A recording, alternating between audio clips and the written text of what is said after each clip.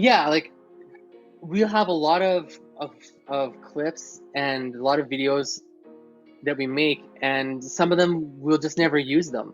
It'll just be part of the library, the stuff that we're recording, and it's kind of like with my songs, like in my Ecstatic Dance music library.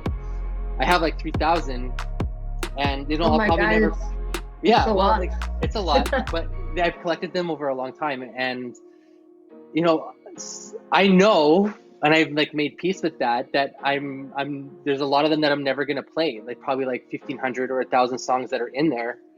I'll never play them, but they're there. They all have like their own little personality, and sometimes I see them as like little people.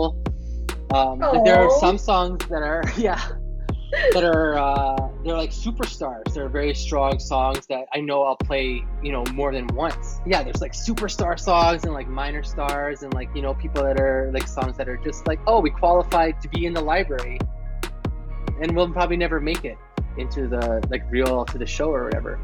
It's kind of like those talent shows like American Idol or what's it called, yeah. something Just Dance. I don't know what they are, where like all of these people are applying. So like, I hear songs all the time, so it's like I imagine the whole universe of songs is like applying to be in my Ecstatic Dance sets. And some of them make it into like Shazam. Some of them make it into like my note. I've got to write that one down. And then, then the next step is, are they actually downloaded? And then they make it into the library. And then that's like, one thing. And then, okay, are they going to make it into like the set creation? So when I make a set, like a normal set for us, that's the online one is like was like 65 to 75 minutes. So that's maybe like 10 songs or something. So when I'm drafting the thing, like according to like with the theme, like for the love ceremony, I had 50 songs in there. So like 40 of them are going to be cut.